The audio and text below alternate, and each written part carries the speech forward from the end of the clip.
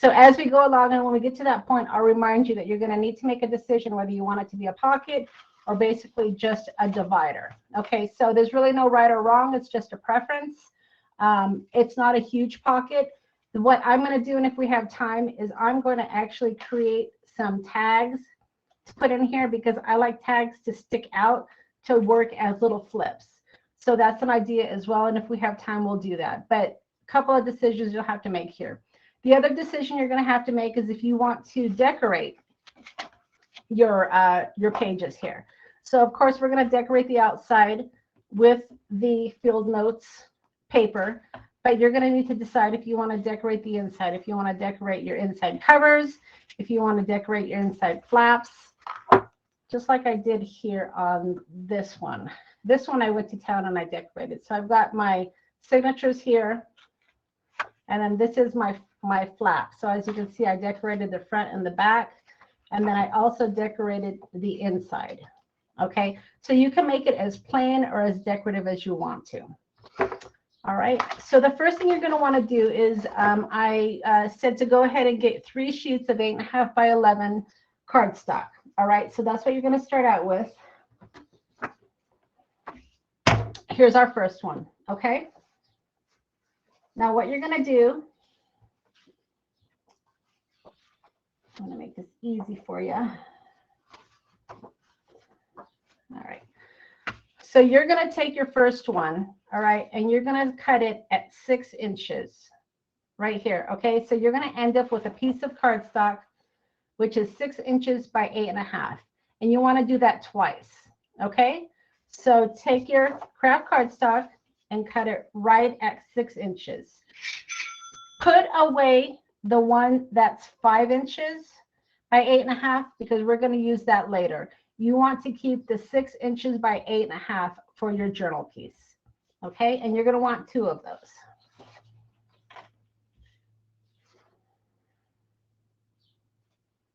And I thought I had them cut out. I guess I don't.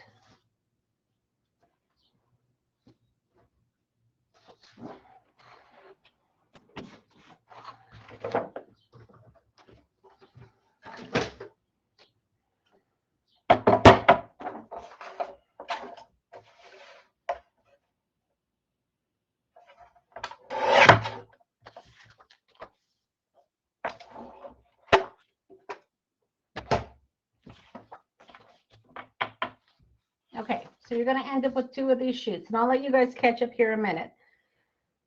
I'm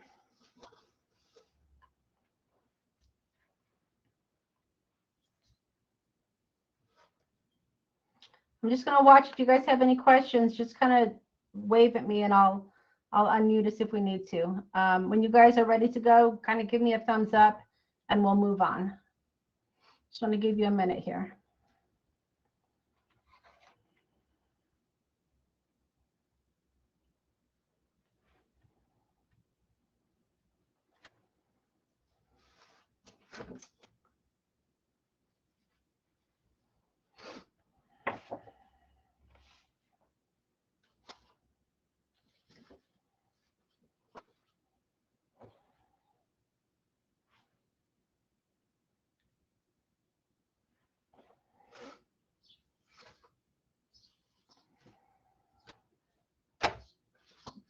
See, I was so clever and I cut out my paper ahead of time, but I think I used it in one of the journals I made. So I'm going to have to cut some more paper.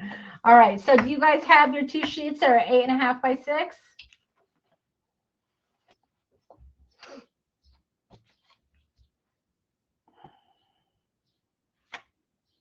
Okay, all right, I'm going to go ahead and move on. Now you're going to need another piece that's going to end up at 7 3/4 by 6. Okay, so this is your 3rd piece of cardstock, which is your craft cardstock. So you're going to cut it at 7 and cut one sheet at 7 3/4 by 11. Okay, so that's going to give you, and then you're going to cut it in half. So cut the 7 3/4 by 11. So cut the small strip first.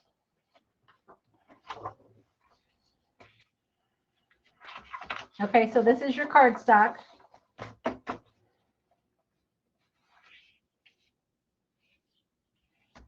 You want to cut it off, so you're going to end up at 7 3/4.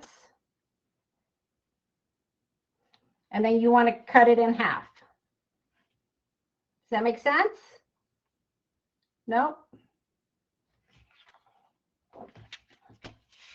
So when you get it into your cutter, you're going to put it in long way.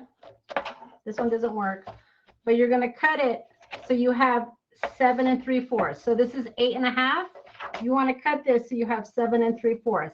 And you're going to end up with a little strip. Okay? And then you're going to take this part, your big part, turn it, and cut it in half at 6 inches. All right?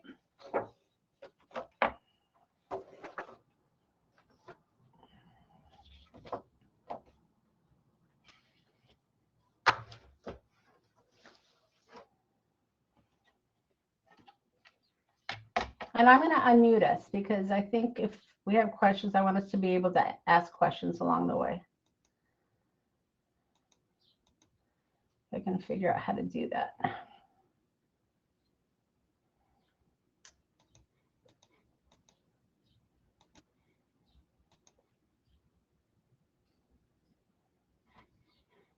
Maybe I'm not. All muted.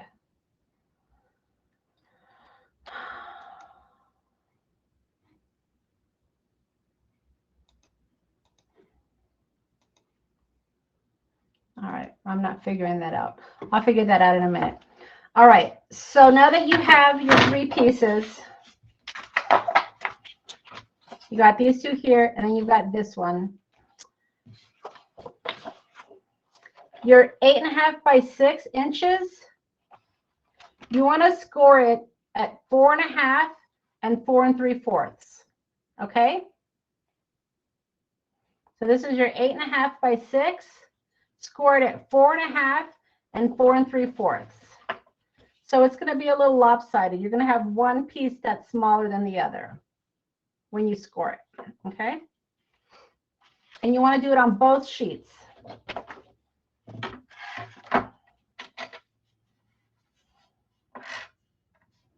So 4 1/2 and 4 3/4.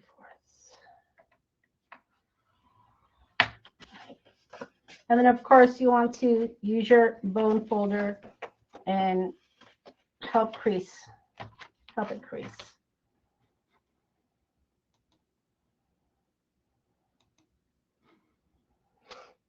Still trying to figure out how to unmute us.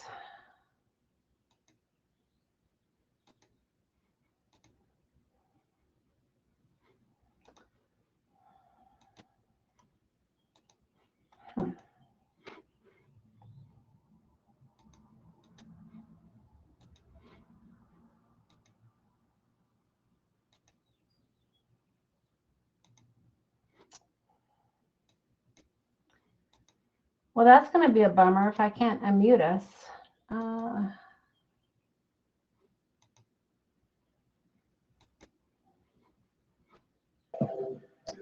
Everybody can like unmute themselves.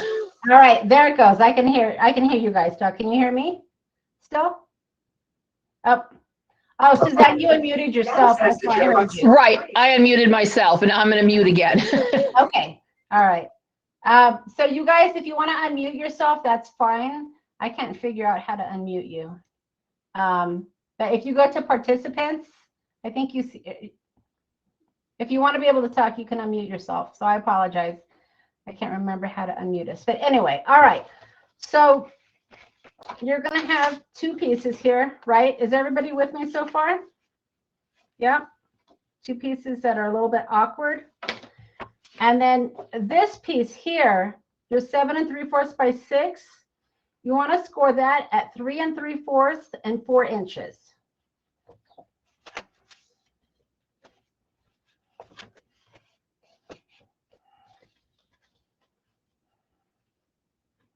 And that's going to line up perfectly like a little book. Okay, so your 7 3/4 by 6 inches, score at 3 3/4 and 4 inches.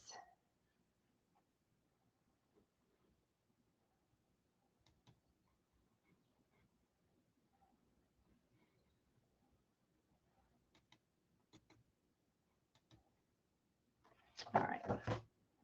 And then you want to fold it like a little book. It's going to be perfectly folded.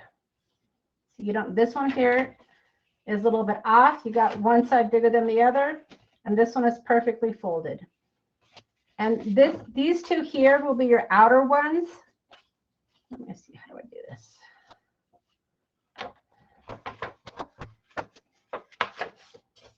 There we go.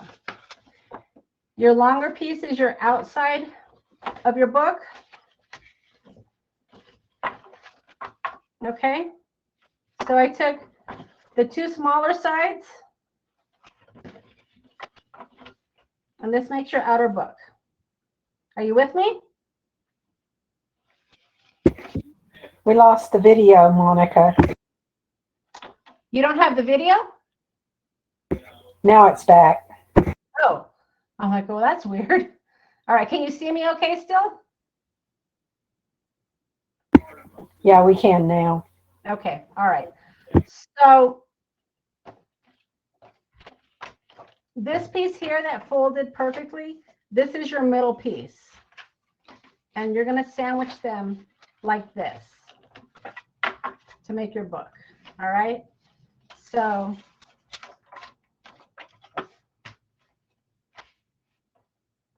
bigger piece, smaller piece in the middle. So your smaller piece that folds up exactly like a little book, that's going to be your center piece. Okay. You're going to take this piece here is going to get glued here. This piece here is going to get glued here. These make up your center folds.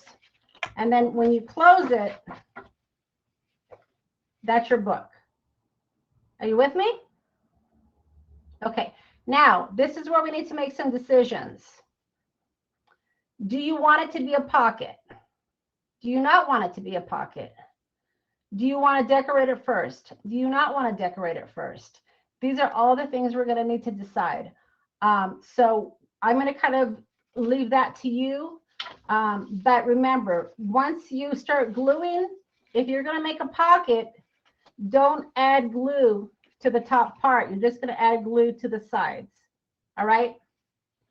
So I'm going to do one for us, and I'm going to show you before we get going here. Okay.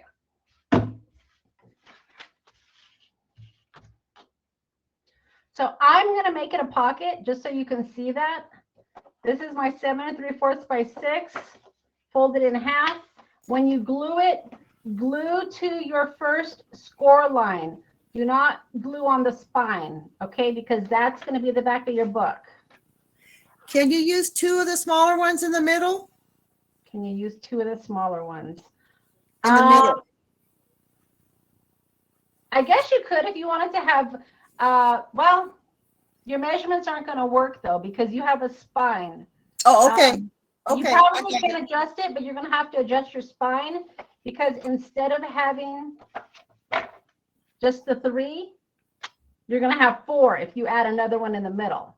So your spine is going to be bigger. So Karen, I would say, yeah, you can adjust it for sure, but I would figure out the math first. Okay. Okay. So yeah, so if you wanted to have more in the middle, absolutely. You know, maybe you want to have more than just the 2 divides. Maybe you want to have 3 divides.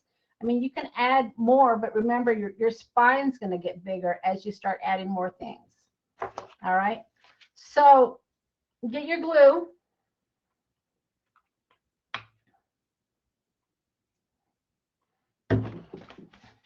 You're going to line up. Remember, the smaller piece is your middle.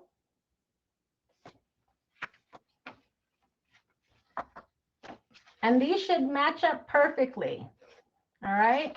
So again, if you're going to make it a pocket, don't glue the top side, just glue the sides and the bottom. If you're not going to make it a pocket, you can glue all the way around.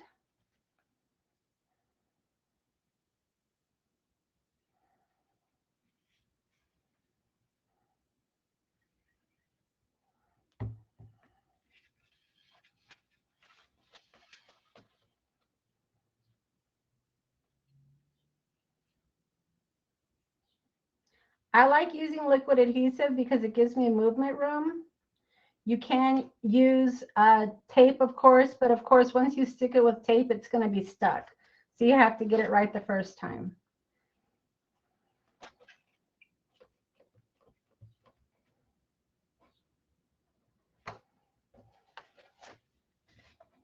And this makes your first flap. This is your top. And then this is your first middle insert. And then, of course, I left the opening so I have a little pocket.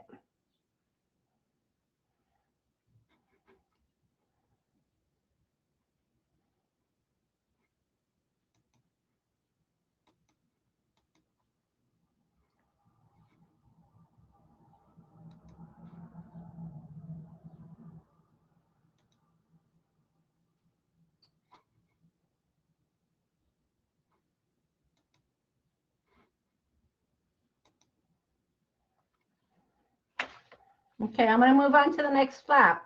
Once you get your first flap glued, it's exactly the same thing on the other side. You're going to have your 6" by 8.5 folded. You're going to have a short side, and you're going to have a long side.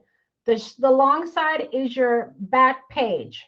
So you're going to glue the two short sides together. Keep it in mind to match up your spine.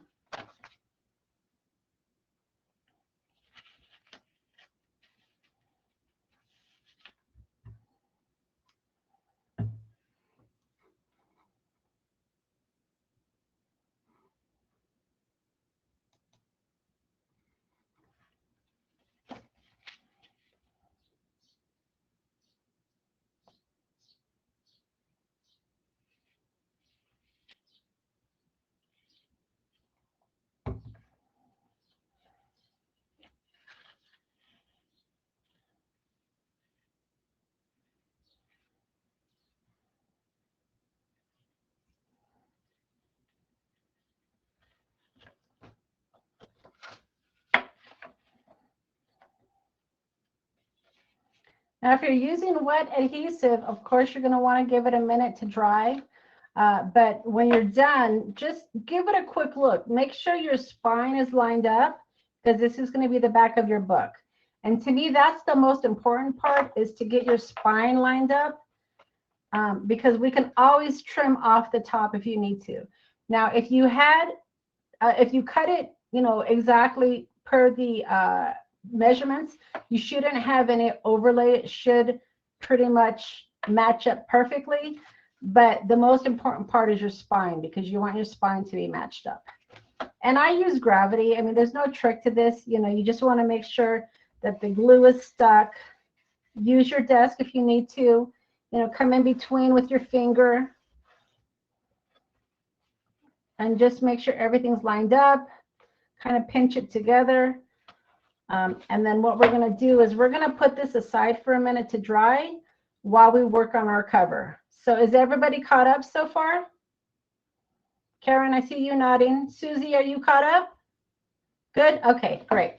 All right, so let's put this aside to dry, because when we start adding all the papers, we don't want the integrity of the journal to come apart, okay? Now, did anybody get the Mod Podge that I recommended? You did. Okay, Karen. Susie, do you have it? I can't hear you. Can you unmute yourself? No? Okay. So if you got I use this Distress Collage medium. Tim Holtz isn't selling this anymore, but the Mod Podge that I recommended is the same thing. It's just Tim putting his brand on this. I also have the Mod Podge with the antique. I just couldn't find it, but it does the same thing.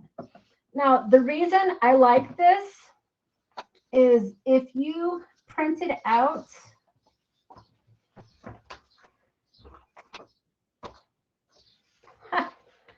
did I print out my field notes? Maybe I didn't print it out. Oh boy. Okay. Oh yeah, there it is. I'm like, oh no, did I not print it out? Okay.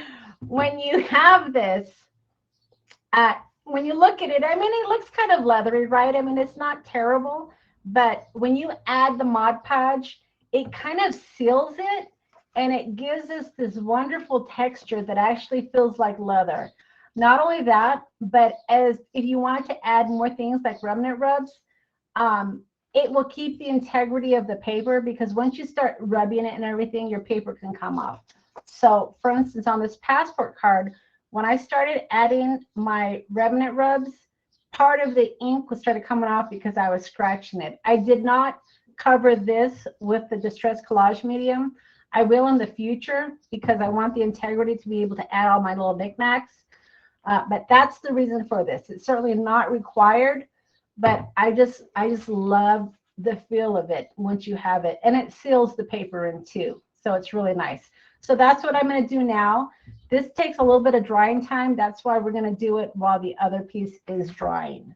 So there's no rhyme or reason to this. I keep it on the paper because I just kind of lather it on, and then I cut it after the fact. You could cut it first, but then you're going to get all this gook on your mat. So I keep it on the paper when I'm adding my collage medium. So let's do that now if you have it.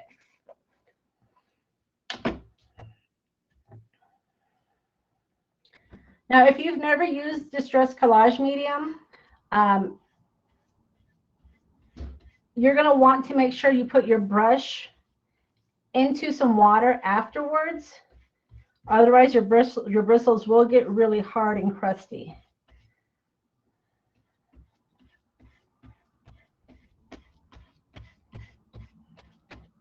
So yeah, there's nothing special about this. I'm just basically coating my paper. Now I'm using the vintage collage medium, and that's what I recommended for the Mod Podge. It was the antique color. There is also a matte collage medium that you could certainly use. I like the tint of this. It just adds to more of a vintage look, but you could certainly use the matte collage medium if that's all you have. And because of the wetness, it will warp your paper a little bit depending on how thick your paper is, but don't worry about that, because once we add it to your journal, we're going to be able to smooth it out. All right, so I'm going to do it to my field notes paper, and then knowing we're going to make a passport book, I'm going to passport card, I should say. I'm also going to do it to my passport paper.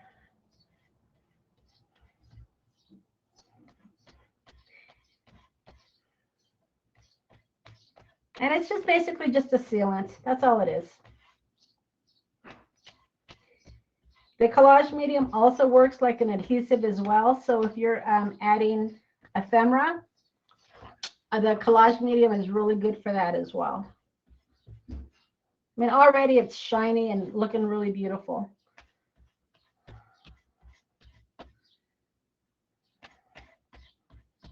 Suzanne, how you doing? Are you good? I'm good. Okay. What thickness, is that just copy paper you used? No.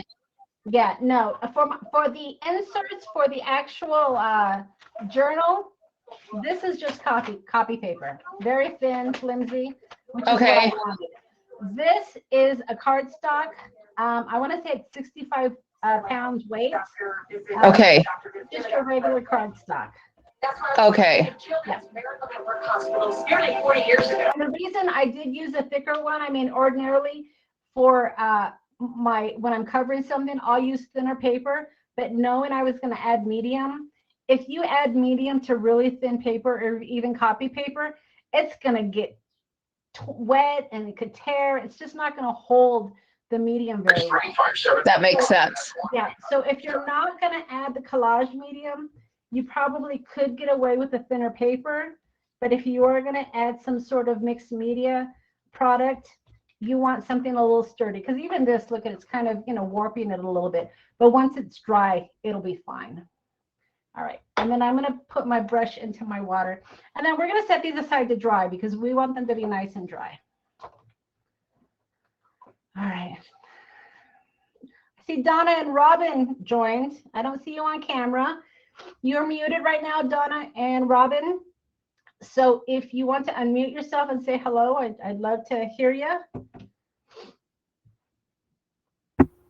Hey, Monica. Hi, Hey, Donna. everybody.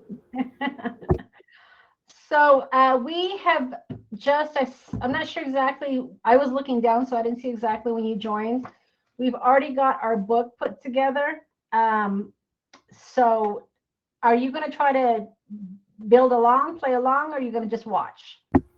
I'm going to just watch. Okay. I've been on since the beginning. I noticed the video keeps going in and out though a lot. Oh, it does? That's not good. Yeah. Okay. It's out right now. Oh, now it's back on. Ooh, really? Because it's not flickering for me. That's what's strange for me. Well, hopefully the replay is going to be all right. If not, I'll re-record it for you guys. It doesn't go out for long, just like a second or two. Okay. Okay. All right. So we've just put the Mod Podge or the collage medium, whichever one you're using, onto our cover pages. By now, our journal should be pretty dry. All right. So now we're going to go ahead and add our bindings. So when we cut our paper, where are we at here? We had, when we cut the 7 3/4 by 11, we should have had a long strip left, right? We want to cut that in half, so that way it's at 6 inches, and that's going to be your binding. So it's going to be, let me find my paper here.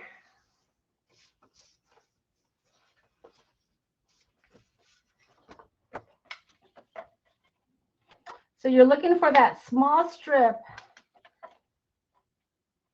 and that's going to go right here.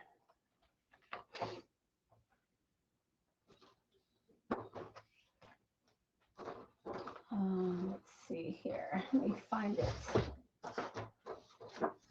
7 3/4. I need to cut mine. I'll be right back.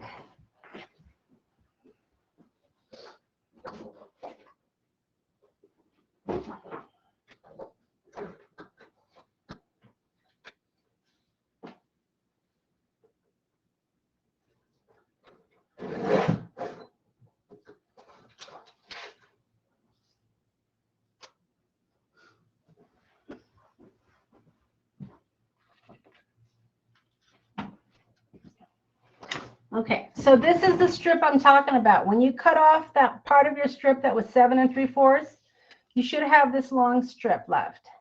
You want to take this strip and you want to cut it at 6 inches, because that's going to be what you put here on your binding. Does that make sense to everybody? Yeah? Okay. So let's go ahead and do that.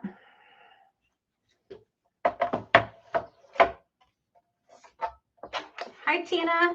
You're on mute, so if you're talking, I can't hear you, hon.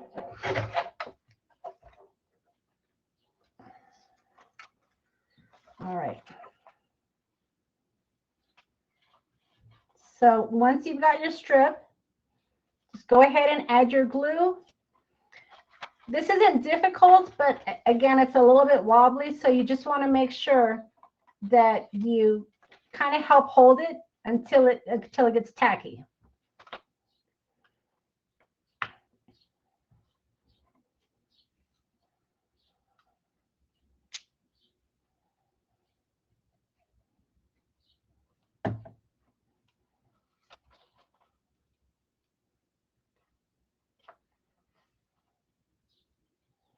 And then once you've got it there, just kind of help it along a little bit. This isn't your final binding, but this is going to help keep the integrity of your spine. All right.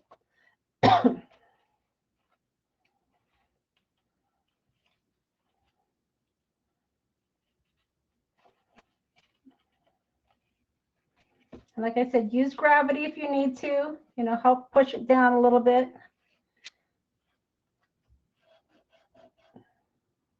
On this one, if you like using just tape, the double-sided tape versus wet adhesive, I think you would be okay with this because you could easily probably line it up.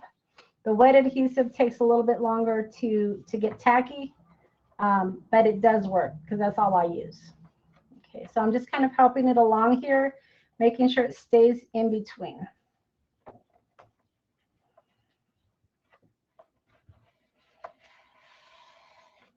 So this is what it's going to look like in the end. Okay, you've got your book that opens up. You've got your inside. Are you with me, Karen? Looks like you had a question. Are you good? All right.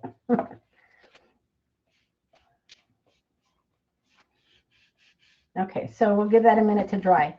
Now here's where you're going to need to make another decision, ladies. So if you want to, you can do your back. Do you see here on my journal how I have this overlay?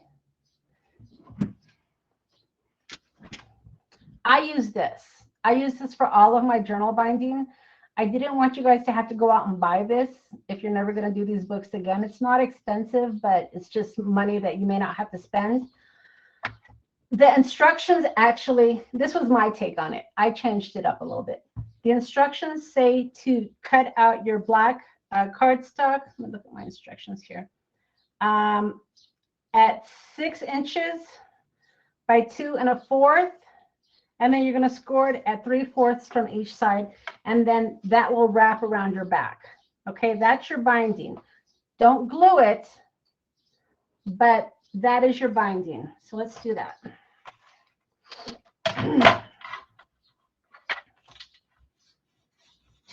2 1/4, not 2 3/4. So for 2 1/4, and then score at 3/4.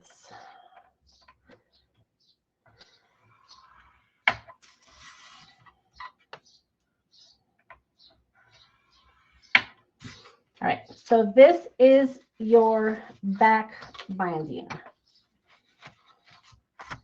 And this is perfectly fine. Like I said, I just like using this. It's sticky tape. It's kind of like masking tape, but it's for journals. It's sticky here. I like that it looks vintage. You know, I like things to look old, and that's what I like about this. But I also like the contrast of the black. I think the black is very classy looking as well. I just tend to like going more of the brown tones. Now, if you don't want to use black, you can use craft cardstock, right? Maybe you have a darker craft cardstock for a contrast you want to use. I just chose black because we're going to be using the black ties. But you can use any color you want for your back spine, okay? So is everybody good here? Did we lose Susie? I don't see her anymore. We might have lost Susie. All right. So you're going to have this, and that's going to be your spine. But we don't want to add this yet. We want to add our covers because the spine is going to go over part of your journal book. So we want to do that next. All right. So check your covers. Hopefully they're dry by now. They should be. That collage medium doesn't take a long time to dry.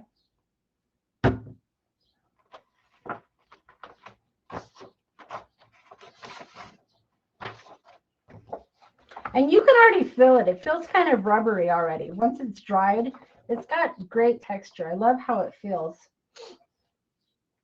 All right. So all you're going to do once it's dry is just cut out your pieces.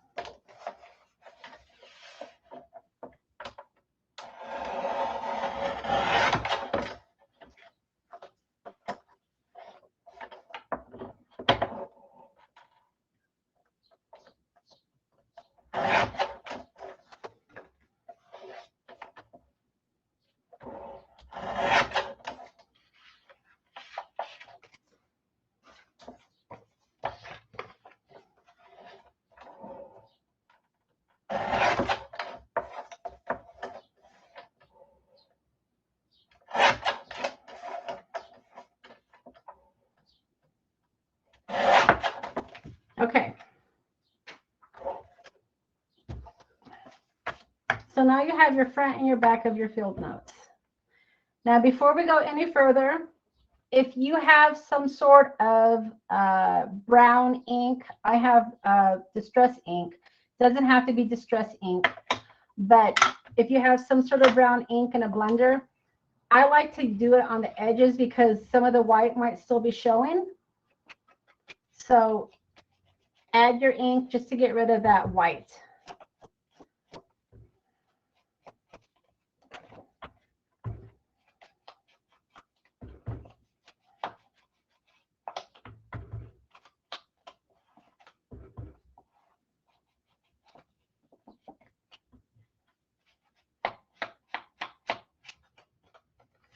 You're going to do it to both the front and the back.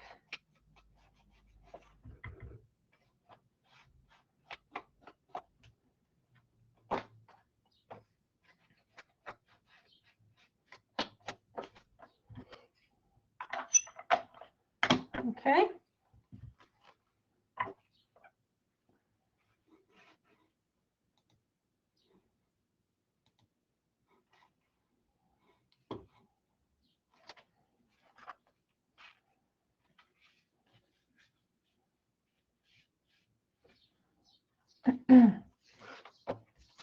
Now, if you have a corner rounder and you like to have your corners rounded, this is a good time to do that.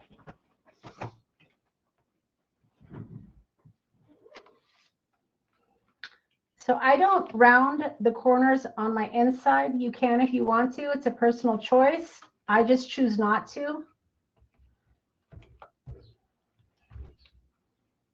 But I do round the front and the back.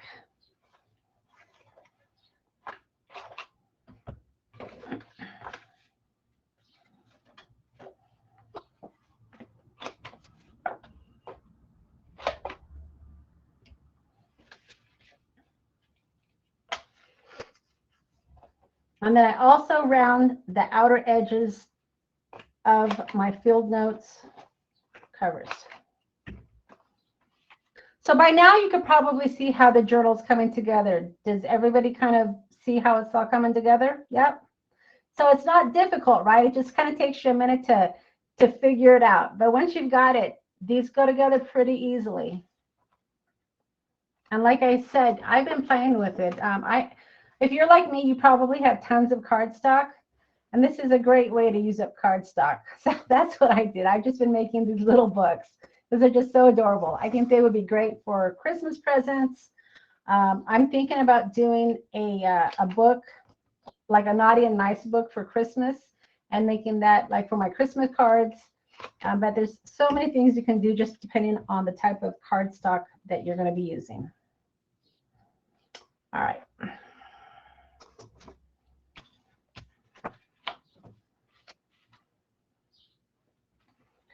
Okay, so we've got the integrity of the book.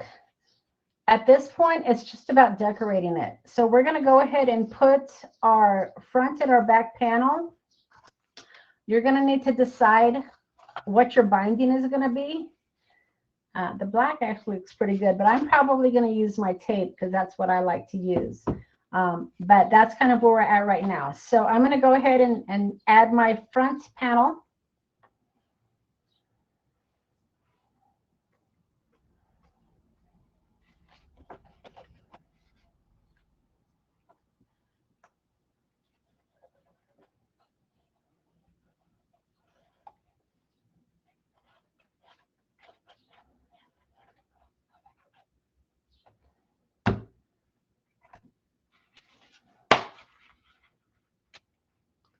Now, when you're adding your front panel, I like to take it all the way to the edge. Now, remember, you're going to have a gap here, but once you add your binding, it's going to cover the gap, so don't fret about that. Take your paper all the way to the edge, so that way you don't have any of the brown showing.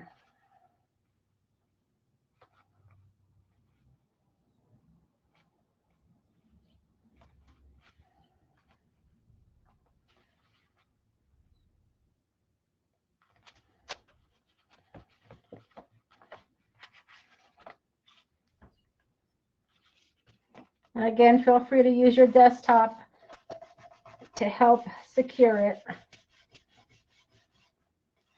If you have a little overage, like here, like I do, don't worry about that. We can trim it off.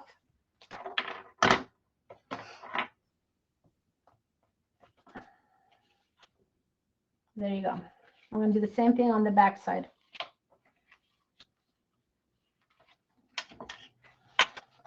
I just love how this looks. Doesn't it look like an old leathery journal? I just think it's so cool. And that collage medium just really gives it some great texture.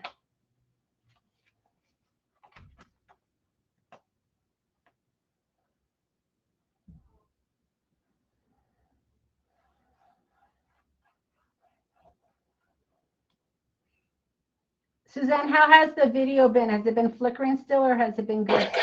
It hasn't been flickering, but you do freeze up every once in a while, but it's only again for like 2-3 seconds. Okay. That's interesting. Yeah, I have to decide right now. The platform I'm using is on my website. I have to decide if I'm going to continue to use this or if I'm going to use Zoom. I haven't quite decided yet. Like I said, this is only my second class, so we're going to figure it out as we go along.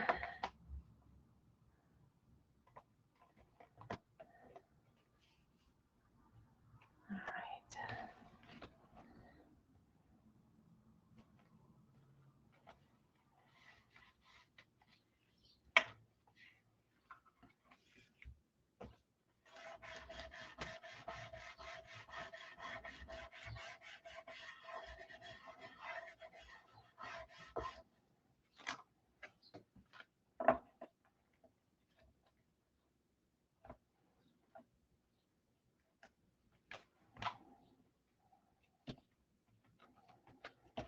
Okay.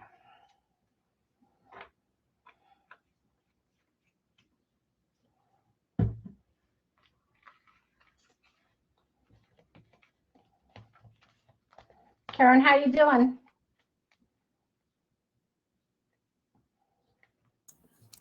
I made mine yesterday You sure did. That's beautiful. and let it dry.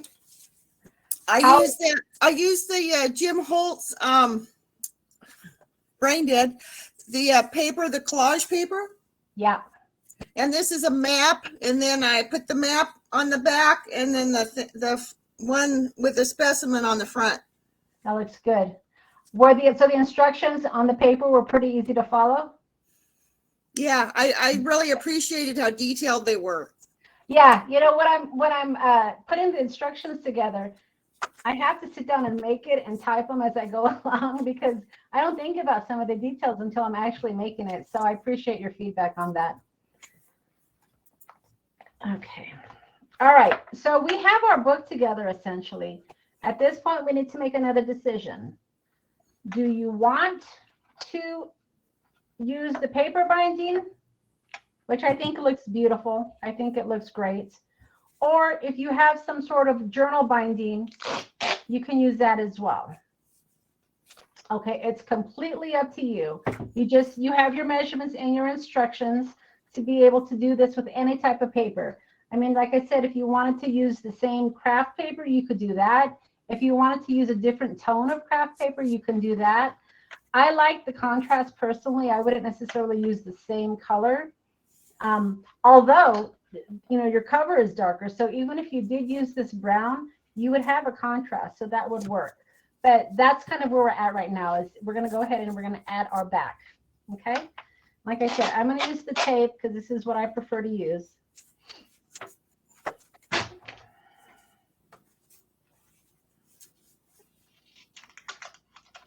And this, like I said, it almost feels like masking tape. It isn't masking tape. I bought it on Amazon and it was under bookbinding. But I know that there's also cloth bookbinding as well. I mean, there's so many products out there for bookbinding. You could use whatever, you know, whatever strikes your fancy. All right. So if you are using tape, I usually will fold it in half and put a little mark for myself so I know where the middle is.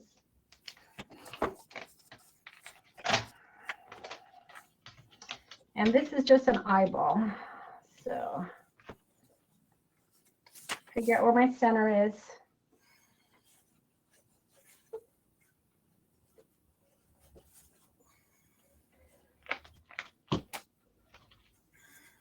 Eyeball it. Let's see if I can do this.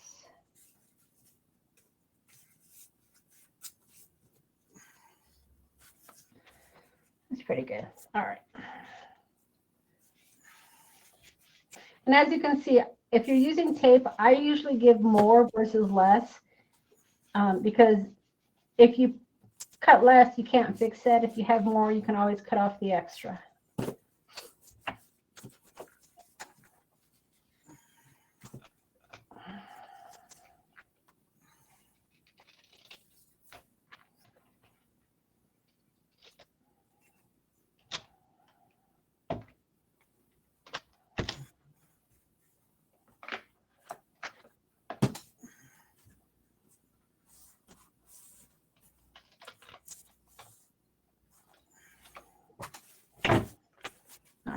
And then it's just a matter of folding it over.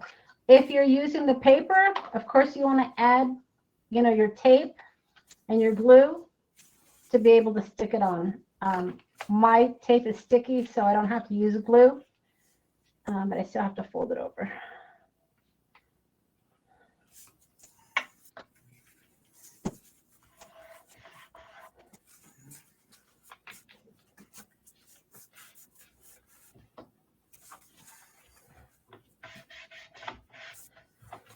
All right, looks good.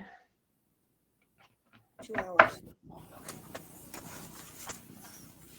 And then if you have any excess paper,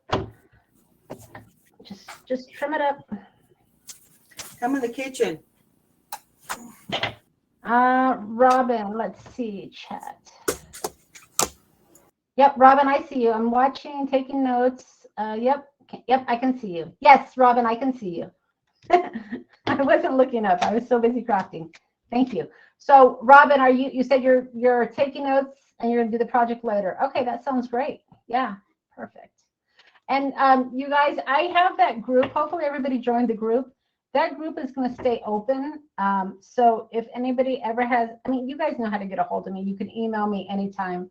But for those of you that are going to create this project after the fact, if you run into any problems, feel free to get a hold of me. I want to help you guys be successful in these projects. So if you ever have questions, you can put them in the group. Maybe the group can help you as well. Yes. Just wanted to say I forgot when I was decorating my paper yesterday that the binding was going to come over the top. Yes. So if you're going to decorate the front, remember the binding width. Oh, okay. Yeah, that's a good point. Yeah, mine doesn't have any decoration, but that's a good point. Do all your decoration first before you put your binding because it will overlap. Yep, good. Yeah, on this one that I made, it was just paper already decorated, so I didn't do any ephemera adding. The only ephemera I did was on the cover after the fact. All right. And then once you get your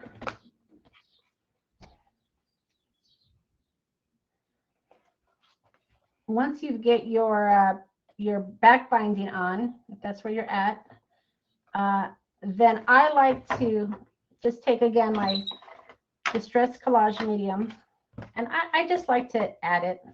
I just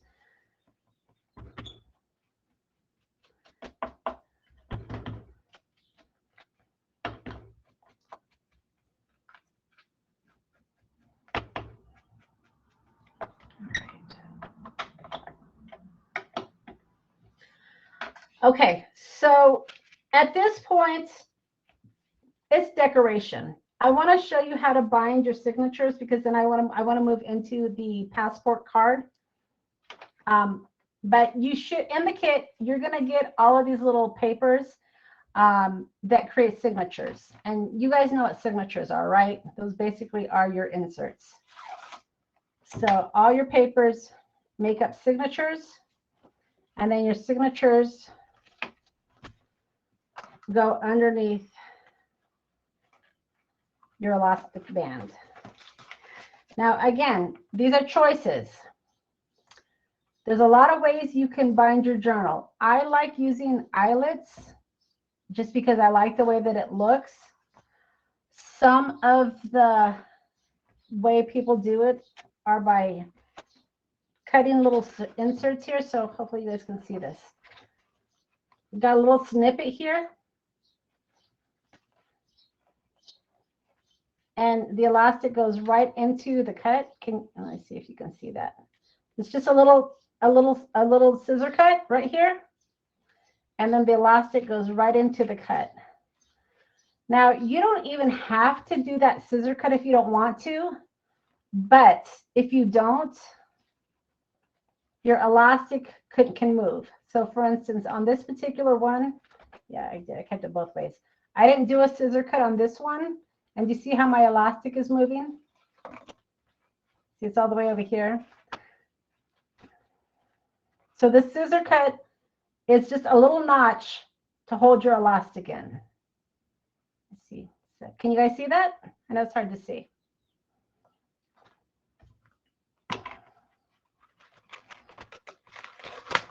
Let me pull this out.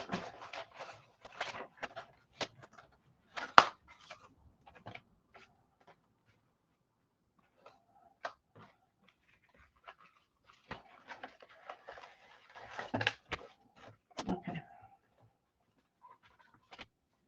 I'm just pulling out all my signatures because I want to show you.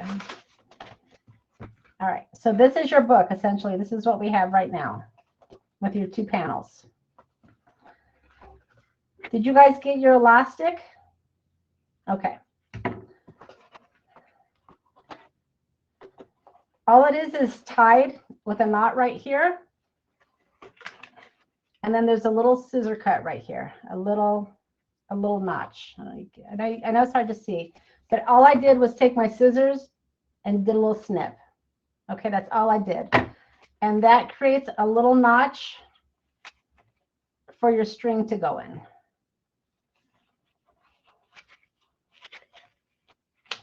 If you don't do the notch, your string is going to move. You might be okay with that. It's a preference. Alternatively, you can do eyelets, and that's what I like to do.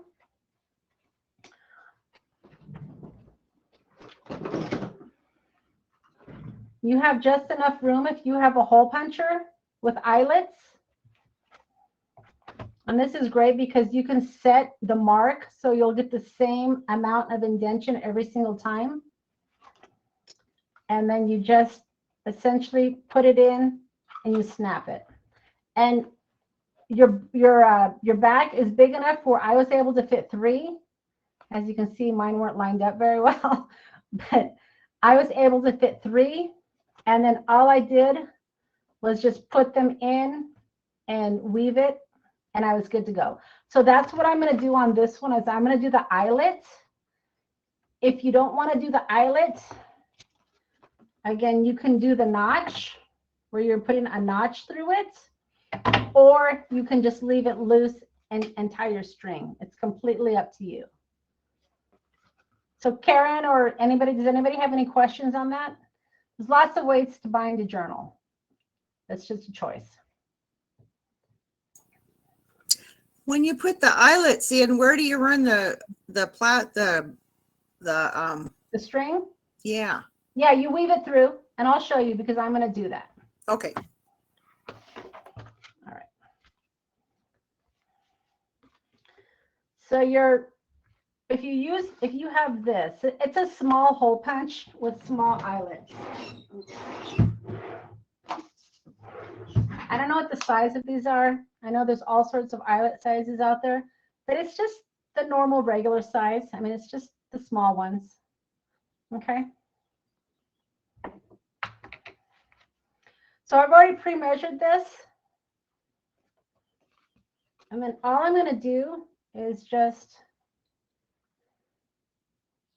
line it up.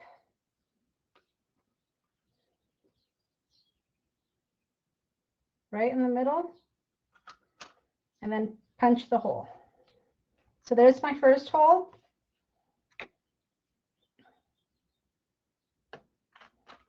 There's my second hole.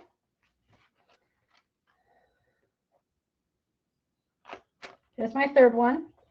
Flip it around.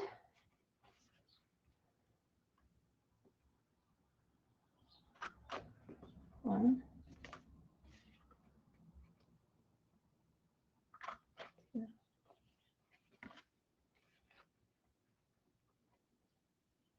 Three. All right. So now you have 3 holes that are hopefully even. Okay. Then you get your eyelets and you put them through.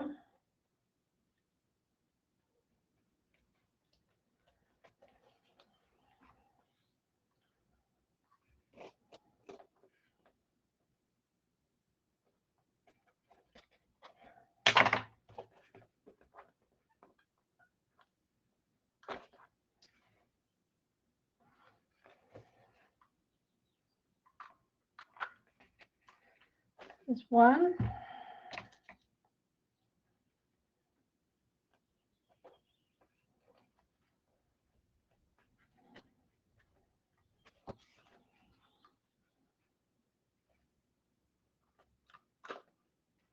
2.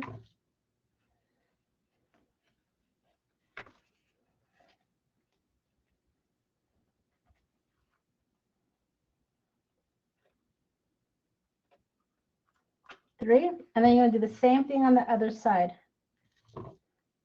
Now, if you're doing just the snipping,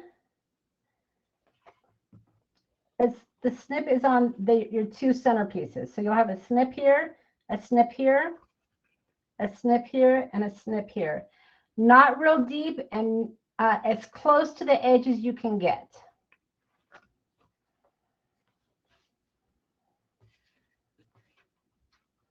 And if you don't want to put any snip at all, you don't have to.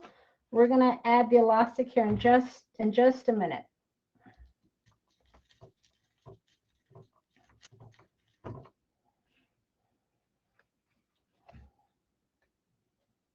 That's the wrong one.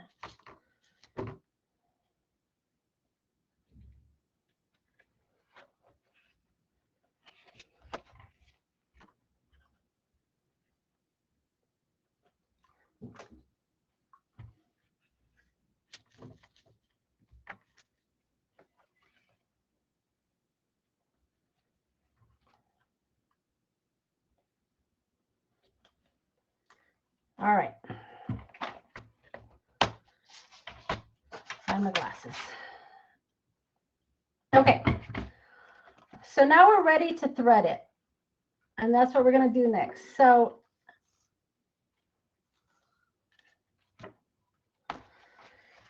okay, so if you're just going through the notches, you can just simply pull it through. You want to make it a little bit snug. You don't want your elastic to be loose, but not too tight either.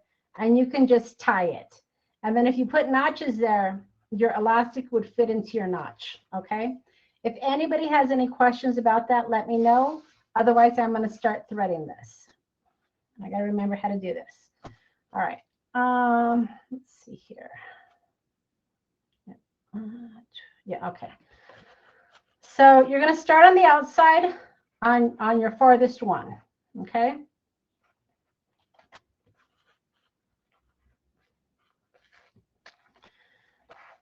Come down and right here, okay, because that's your center.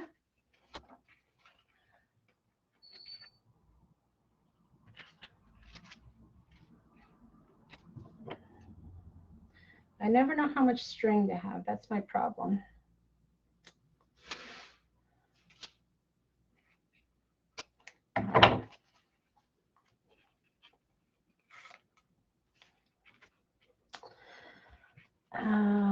here.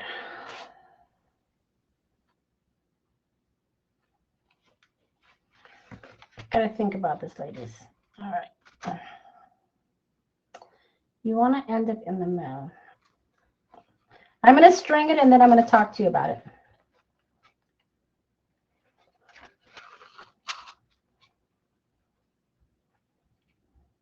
Yeah, okay. All right. I had to think about it first. All right.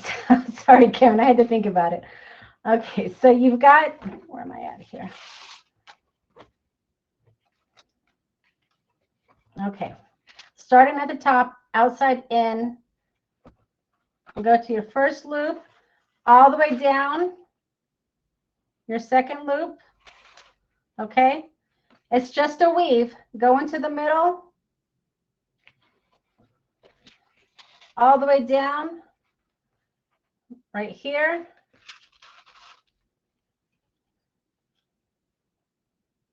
Go to your next one.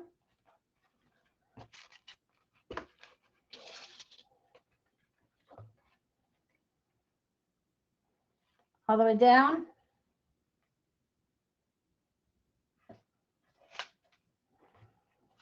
Now you're going to see here you have two little loops that aren't done. You're going to come back into the middle, okay? Because you want to have loops on the outside. So you're going to take this, go back in the middle. Okay? So when you look at your back of your book, you've got loops all the way across. Then you're going to come over here and do the same exact thing. You're going to take this and go back in the middle. Okay? So it closes off your loops on the outside to make it look clean. Okay? So that's your outside.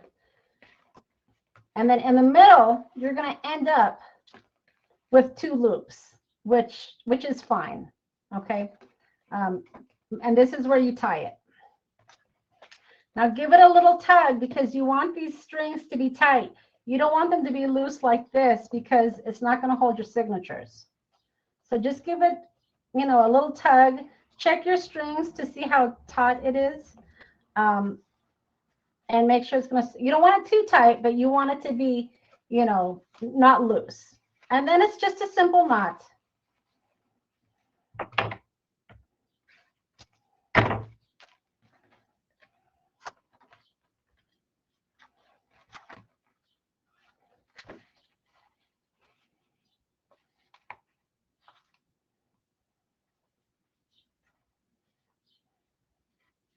I say a simple knot. There it is. All right. Okay. And then just trim this off.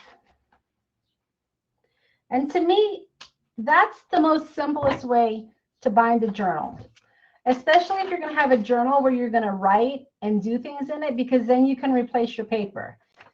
You could certainly sew these in if you wanted to, but I prefer the elastic because, again, you have the flexibility of replacing your signatures. So once you have your paper printed out, where are we at for time? Figure out exactly, you know, where you want, what paper you want to go where. I'm trying to find my middle here. And then it's just a matter of putting these underneath to create your book.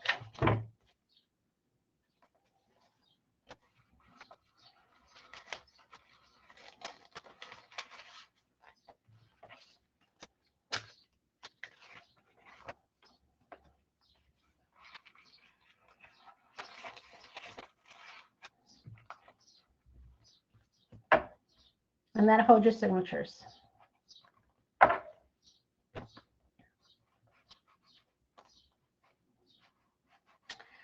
Thanks for the hearts, Robin. Hopefully that made sense. Now, of course, we did not decorate any of this. Decoration is purely a personal choice.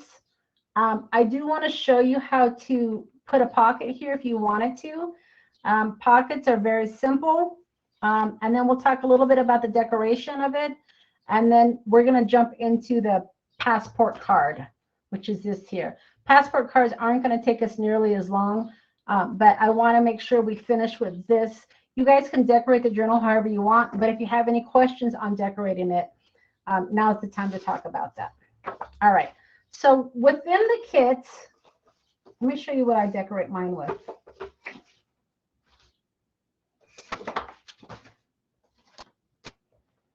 Okay. So Tim Holtz thinks he's clever, and he coordinates his stamps, his dies, his remnant rubs, his ephemera, so he can get us suckers to buy it all.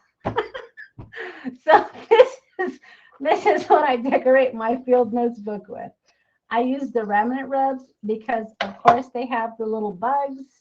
They've got all these numbers, field notes, Exhibit A, and I created, he thinks he's clever, I created my own ephemera pieces and the journal kit, so you guys are going to get all this. So you're not only going to get specimen slides that already have bugs and butterflies, but you can use remnant rubs to add your own.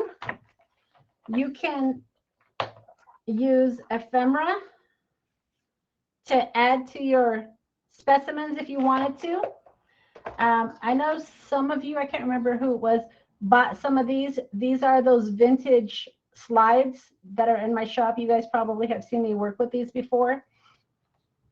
I create specimens out of those. Let me see if I have an example here. It's around here somewhere. Oh. I don't know where it's at. But anyway, I add specimens here. I pop these out.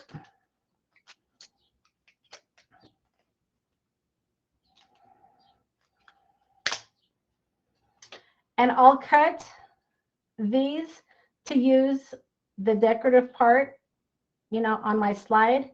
And then I'll add ephemera to it. So these look like true slides. So you can add,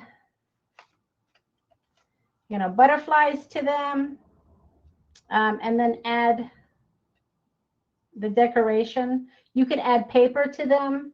I have videos over on my YouTube channel on how I do this. In fact, maybe I'll do a live on these since we get closer to the holidays. But I use these for all my decorations because I think they're wonderful. And then you can use these little clips that are just, can you see that? That are just so adorable. They're just perfect for this. But yeah, so you can use these as part of your specimens. You can use ephemera pieces. You can use stamps. There's that field notes stamp set. It's upside down. That Tim Holtz has. These create great labels. If you don't have it, the ephemera is great as well. You know, if you don't want to invest in the stamp set, but this is a really good stamp set if you do like doing journal types because it's got the figures, it's got the numbers, it's got labels. It's a really good set. And I use it a lot. I don't like how everything falls out though. But if you don't want to invest, you know, in this, then there is a field notes ephemera kit as well. And which I think the ephemera is like $4 or $5. It's not very much at all. So if you don't want to invest in the stamp set, you can get some of these little bugs in the ephemera. He also has, I feel like I'm an advertisement for Tim Holtz, but I just want to show you what I use. The mushrooms are really good for your field notes as well. You can stamp the pages to decorate your book. You can stamp them and cut them out. And then, of course, the bugs are great as well. And I sized these to work with the bugs. I mean, that's the benefit of being a digital creator is I can create things to work with his stuff, which is typically what I do. So you can use these to go along with your stamps. In the kit, you have some specimen cards that I created for you already. And then I made some blank ones for you so you can decorate those up with ephemera pieces, with stamps, remnant rubs, whatever you want to make your book. And then, of course, you've got these specimens as well. So again, just more blank specimens that you can decorate up that come within the kit. So these are just ephemera pieces that you can add to make your book fun. So do you guys, oh, there you go. So this is one where I type specimen, confidential. I put a little date stamp. I put the little stamp. So this is one that I decorated up. I also have a video on my YouTube on how I did these as well. These are his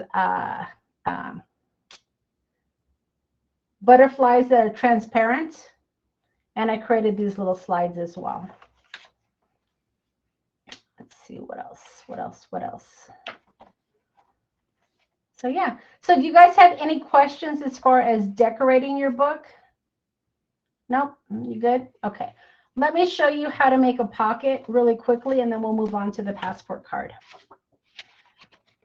Now you're going to end up, when we cut, before I move on, you're going to end up, when we cut the first 2 pages that were 6 inches by 8.5, you had 2 pieces left over that were 5 inches by 8.5. You can fold this in half and create a little, that's not the one, where's my book? I lost my book. Anyway, you can create little books that will fit into the pockets. So you could decorate this up if you wanted to, and it will fit in your pocket. I can't find what I did with my book. But these will fit perfectly into a pocket. Another idea is to create a tag where the edge of the tag sticks out. Let me see here. Probably smaller than this tag, but a tag that will fit into your pocket and stick out. It would be smaller, but it could work as a turn. I've done that as well on little journals. It would probably be about this tall and this thin. But tags are always fun to have sticking out because they work as little tabs. So that's an idea as well. All right. What did I do with my book? So let's make a pocket. So have you guys, how familiar are you with making journal books? Do you make journal books often or not really? Kind of? Okay. All right. So pockets are pretty easy to make. It's just determining how big you want it. Let me find a piece of scratch paper here.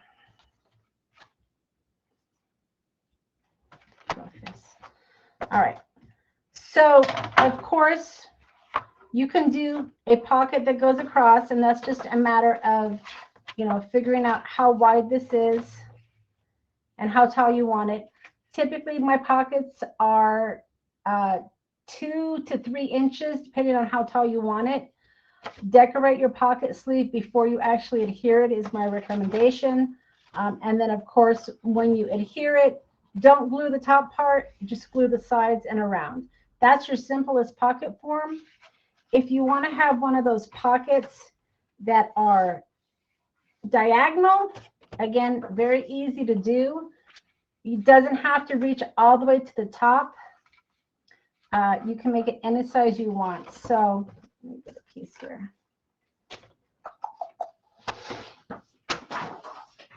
All right. So I know my journal book is 6 inches tall.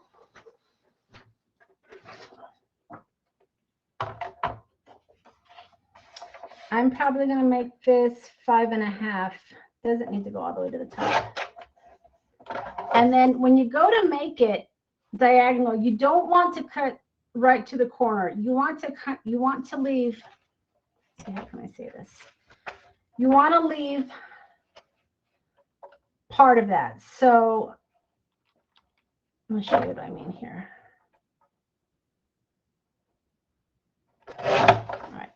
So you want to leave part of this up here. You don't want to go straight down, because then it's not going to be very secure that way, in my experience. And then once you have your pocket, you're going to want to score it. I usually do 1/4 inch. All right.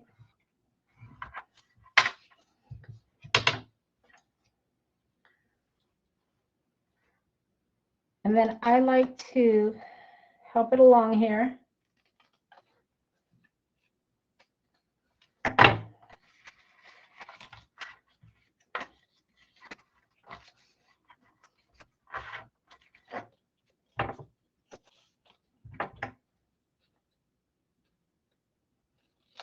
Okay, so that's your pocket. Now, you might be asking, why did we do this? Well, this gives you room to put things in there. If you were to just glue it, you know, straight without these little tabs, it's going to be tight. You're not going to have a lot of room to put things underneath.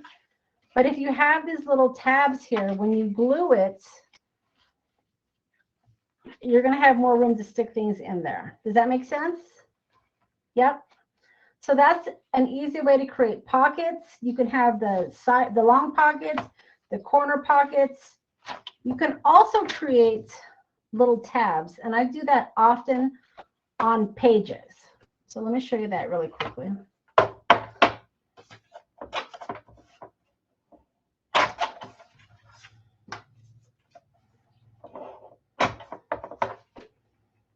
So sometimes I'll do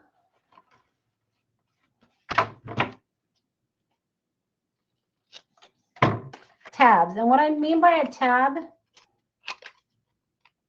is exactly this. So you're going to take your tab, you would glue just the top, and then you can stick things underneath there. So I do that a lot on my pages as well. You can put them on the top here. You can put them on the side here. And they just create nice little tucks for your ephemera.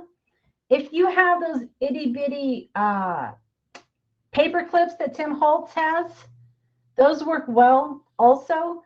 But if you don't want to have to go out and buy metal images or metal elements, then these little tabs work great to add your little ephemera pieces.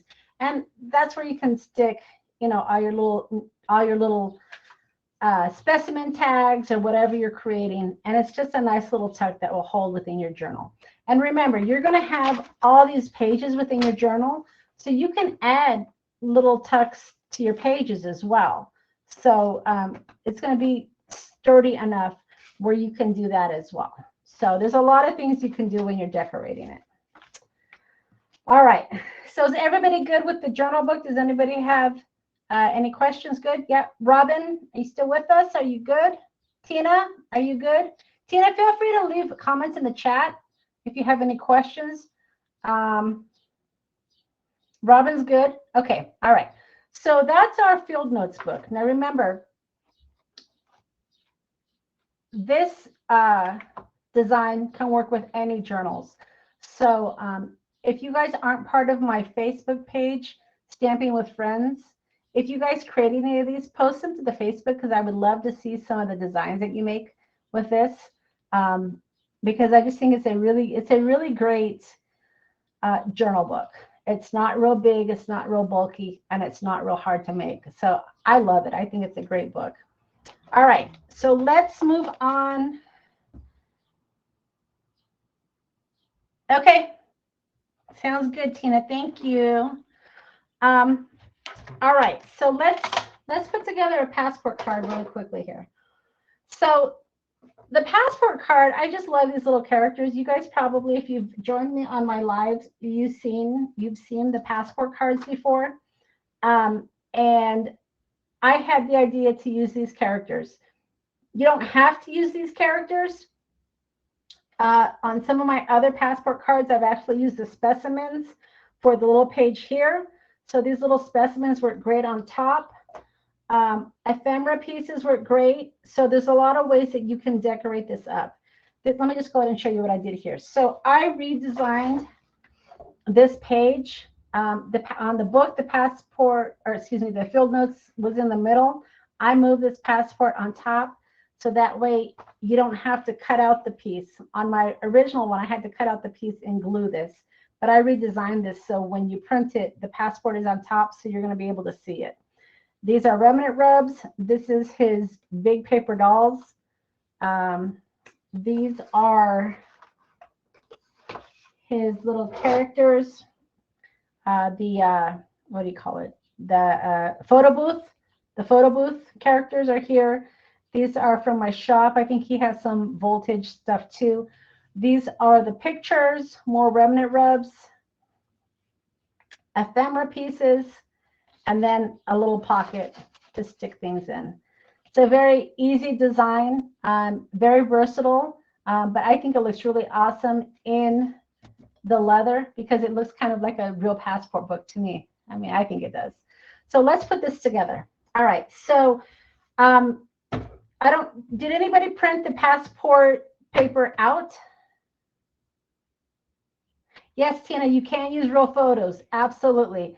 For Christmas, I have some photos of my family, my husband's family, I should say. These right here, and they're Christmas. And for our family members, I made passport cards using family members' photos. So yeah, you can use family members' photos in the passport card. It's just a little story. It's just a fun little story to be able to put these together. All right, so if you've never made a passport card, make some space here. It's a very simple design. And I cut out the paper ahead of time. Let's see if I can find it. So starting with an 8.5 by 11 sheet of paper, you're going to want to cut it at 7 inches. Let's see, yep. 7 inches by 5.5. Okay, so that's what you're going to cut your cardstock down to, 7 inches by 5.5.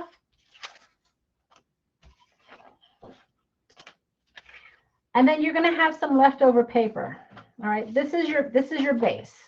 This is this page here and this page here. Okay, put that aside. And then you're going to have some leftover paper. For your middle piece, which is this one right here, this middle piece, you want to cut down off of your remnants 4 inches by 4.5. Okay? So 7 inches, and this is also on your instructions if you get lost, 7 inches by 5.5, and then 4 inches by 4.5, or even 4.25. That's going to be your score line. So 4.5 or 4.25 will work.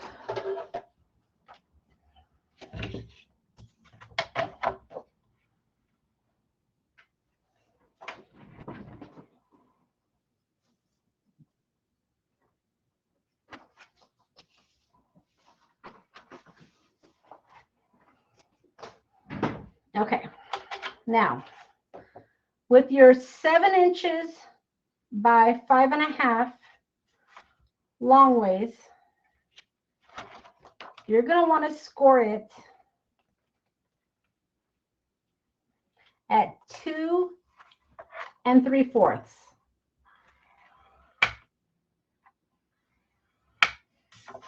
Okay.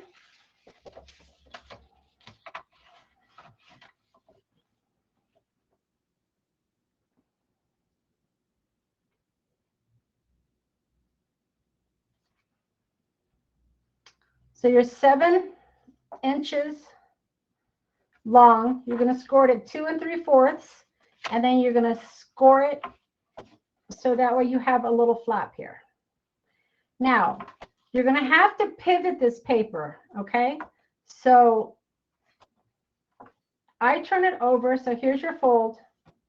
I turn it over, and then I score it at 2 inches right to that score line, right to the score line that you just did. Okay, so this is what you're going to cut off right here.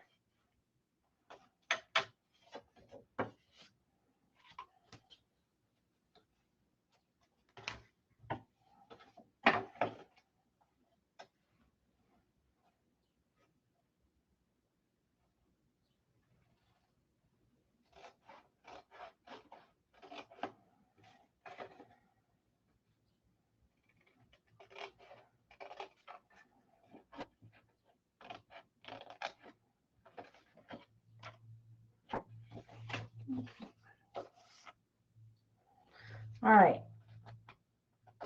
So this is the base of your card.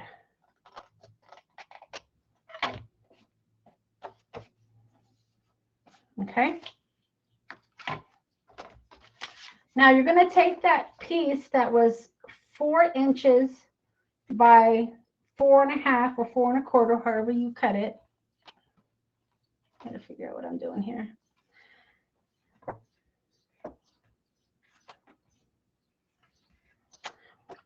And on the 4 inches long here, so when you put it onto your scoreboard, at the top here, it should be 4 inches. You want to score this at 1/2 inch. Okay.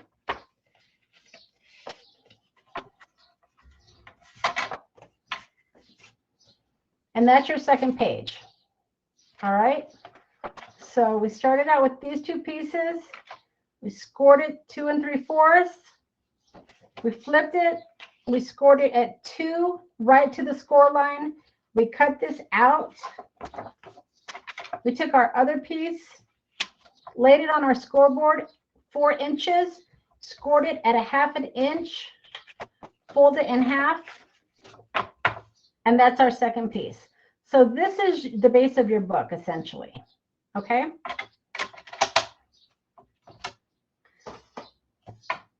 Now, I like to round corners. You don't have to round corners, but I think it makes the book look a lot better. I don't round this corner here. I do round that one.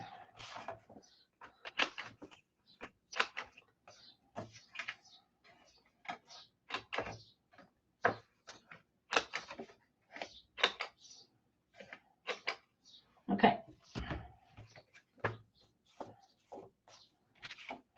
All right. Is everybody good so far? Yep. Okay. All right. So now that we have our book, it's time to decorate it.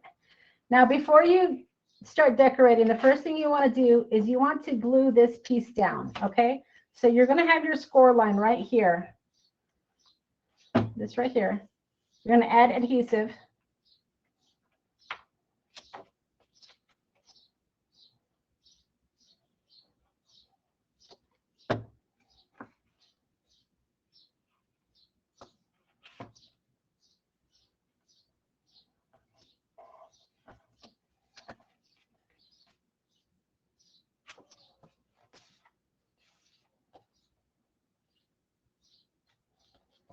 And you're going to have it glued down.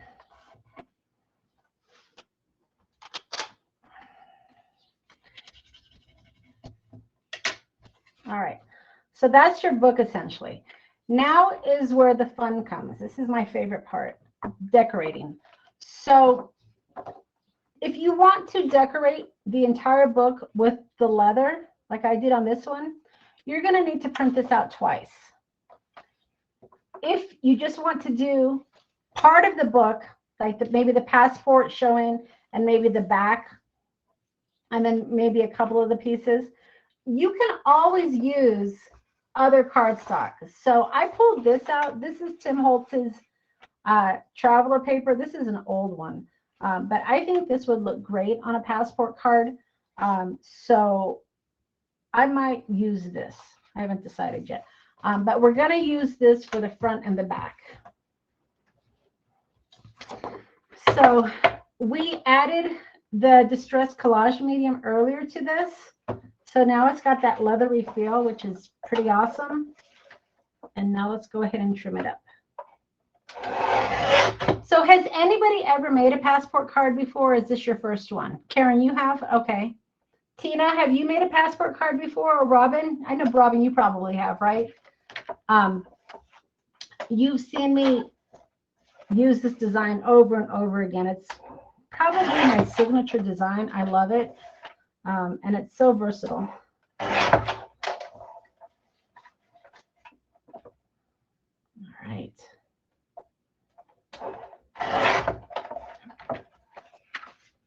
So Robin, this is your first time? Really? Okay, I thought you had made one before, Robin. So yeah. Once you have the base, then you can decorate it however you want. Okay. Okay, so this here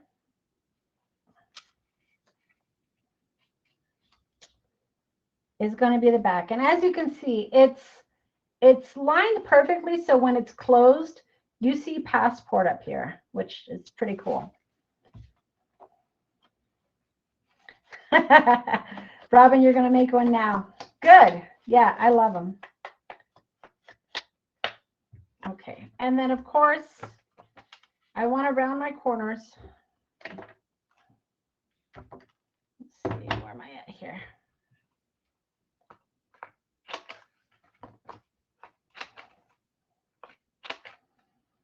All right, now you don't want to glue this down yet because I like to add my pocket first. You can if you want to, but then you have to fuss with trying to get your pocket lined up perfectly. So I find if I add my pocket before I adhere this down, it's just a lot easier to work with. So for my pocket, I usually go 2 inches deep for this, and that seems to work well.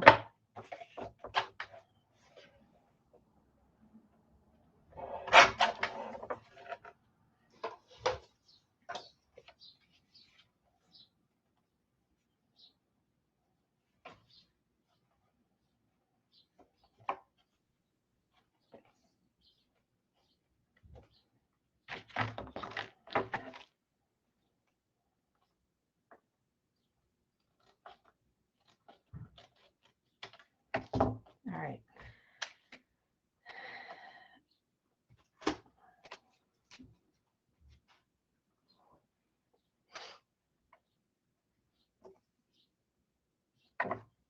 And then let's see here. Let's go ahead and add. This is going to go on the back, so I don't want to cut that.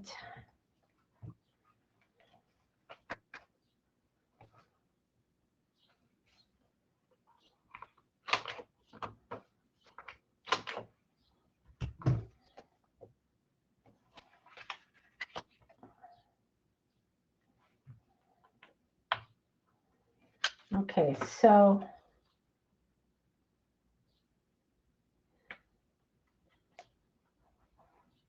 this is going on the back of my card. Now, if you don't want to have to decorate it up, if you have double-sided paper, you could easily create the base with double-sided and it'd be decorated. But I find it's too flimsy. I like the extra bulk of having double paper, and that's why I do it this way. I have done it with just double-sided paper, and then that's the card. But I just find it too flimsy. Plus, on these cards, I like to have the border of the contrasting color. I just think it looks really classy. So that's what I do. All right.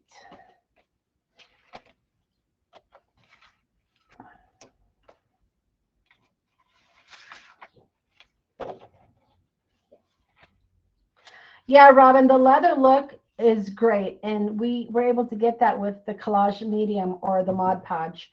So that stuff is magic, I'll tell you. I'm really kind of disappointed that Tim is discontinuing the vintage collage medium, but I'm glad that we can at least get it in Mod Podge. It does pretty much the same thing, but you know, I like to support his brand. All right.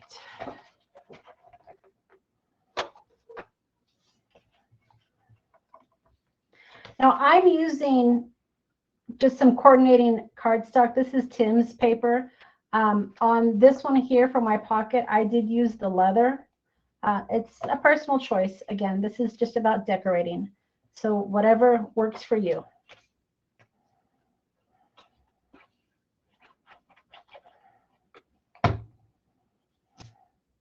So this is the pocket that I'm decorating up.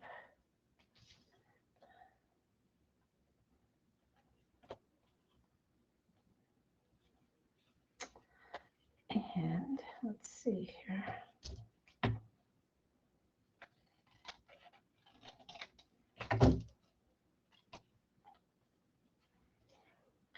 And it's just going to go right here. Now, if you've made pockets before, you know that you can put a little notch there too if you want to. Again, it's a personal choice. But sometimes I like to put those little notches there. So you want to do that before you glue it down.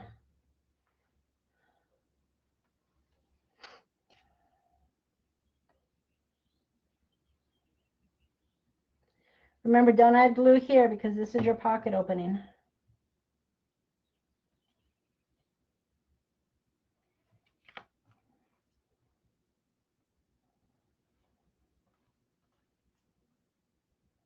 Okay.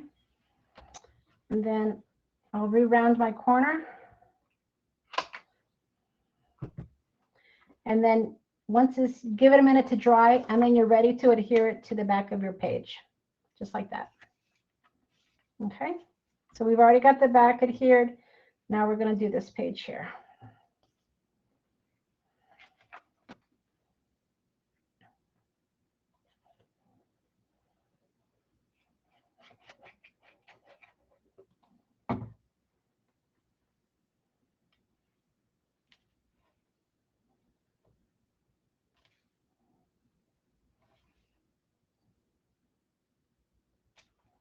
All right.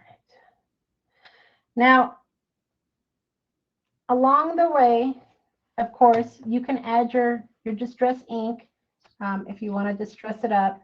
I typically do that at the end, but you know, you can do whatever works for you. Let's see here.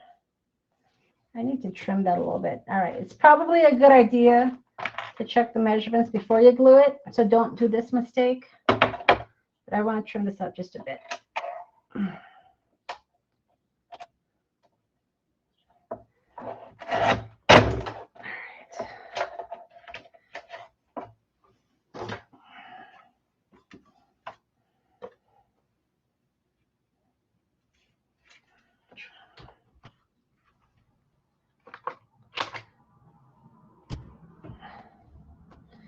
All right, I just put this down.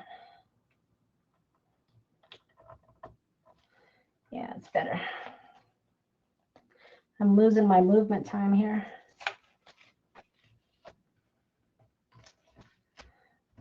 All right, that'll work. All right, so that's the back of your card.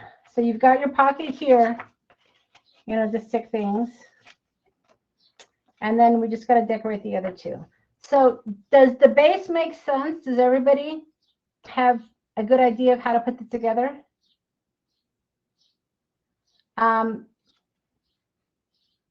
So Robin is asking about the paper. So yeah, so the paper that I use for this is just, it's 65 pound. This is what I use for the base as far as the card. For my leather paper, again, I used white cardstock, which was 65 pounds. And the reason I used the 65 pound was because I added the collage medium, and the collage medium is moist. So if your paper is too thin, it's going to ruin the integrity of the paper, and it might even tear.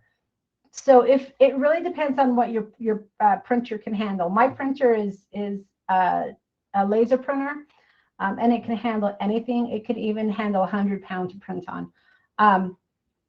But if you have a printer where you can tell the printer how heavy your paper is, then you can pretty much adjust it to print on whatever you want.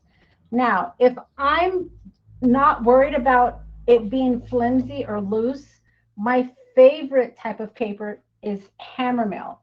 And if you guys have seen me on my lives before, you've heard me talk about hammermill. Hammermill is, I want to show you what hammermill is. Hammermill is flimsier. It's the, yeah, here it is. It is the bright white, and it's flimsy, as you can see. It's not printer paper, but it is color printer paper, if that makes sense. It's not just your copy paper. It's meant for color print. And I get this at Staples, and it's called hammermill. I don't know what the weight is, but it basically says for color printing. And this is my favorite because it's very bright, and if I had better images to show you, it just prints out really nicely. The colors are real crisp, and I really like it. So if I don't need it if I don't need it to be thick, this is what I print on. What picture is on the hammer mill? It doesn't feel like 80 pounds, Tina. I want to say it's thinner than that. I didn't keep the packaging. I have a whole stack. The next time I buy it, though, I'm going to share that in one of my lives because I have so many people ask me about the hammer mill, and I get it at, like I said, Staples. So the Michael 65-pound cardstock should be okay. Yeah, it should be. As long as your printer can handle it, then you should be fine.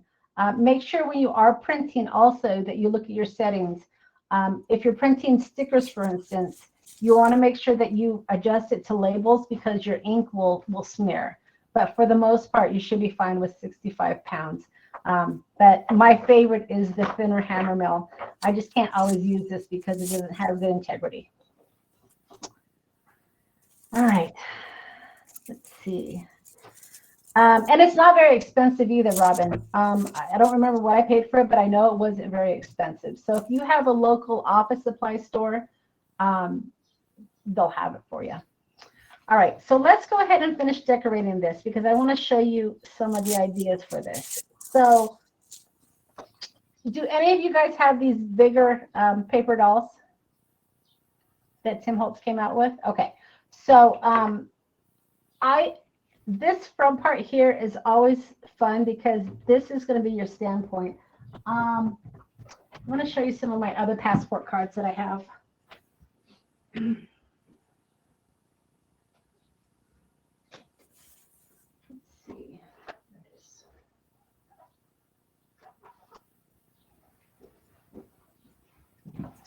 All right, so this is a very versatile design. I love this design.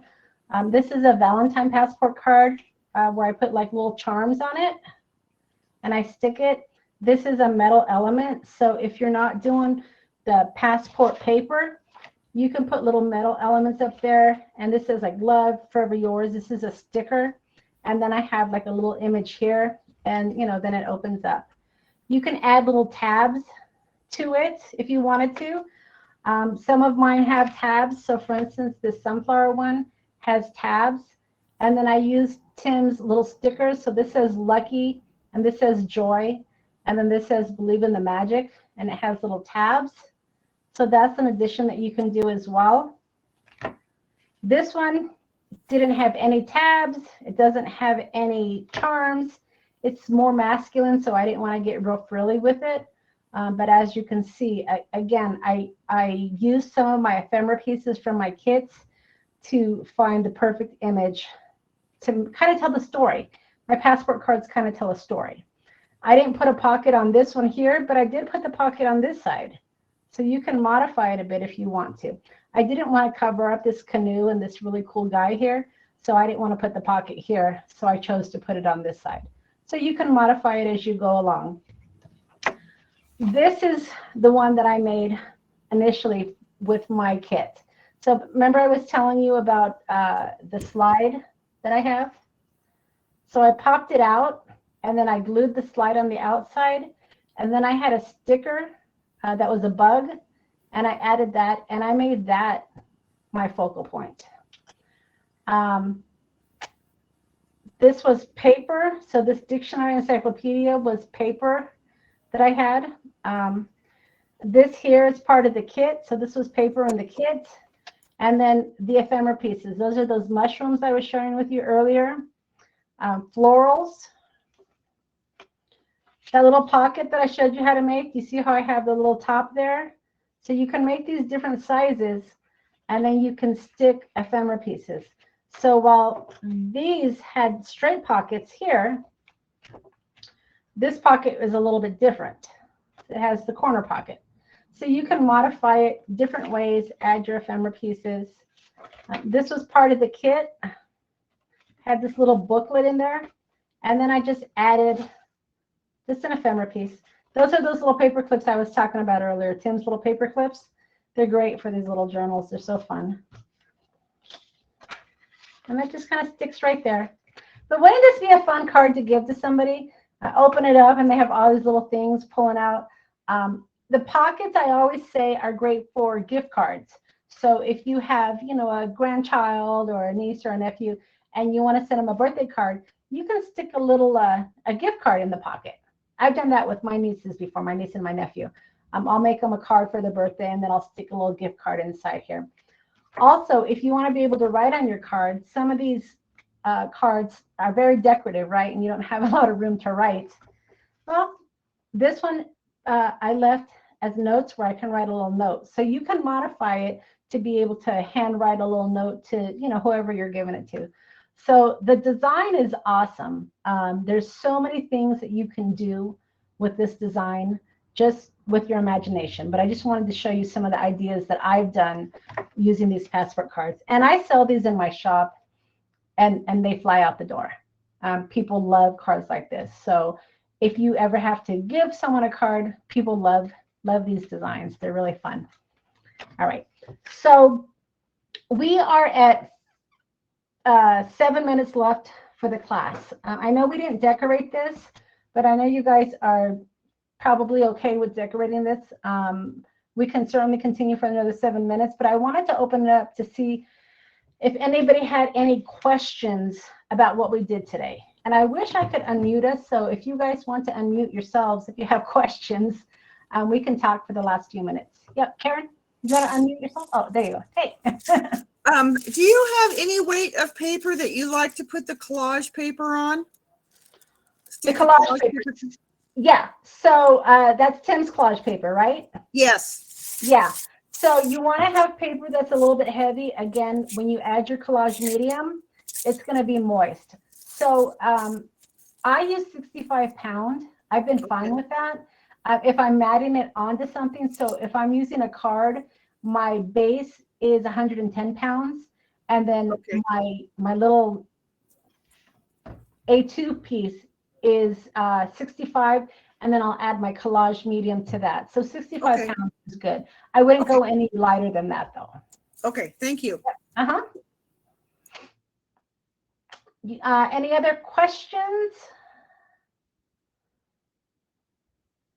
No? Okay, I'm going to go ahead and turn off the recording so we can chat a bit. All right, so this essentially is the end of the tutorial part of the class. I will make the recording available for everybody over in the group channel, and I'll put a link out there and I'll let you know when it's available.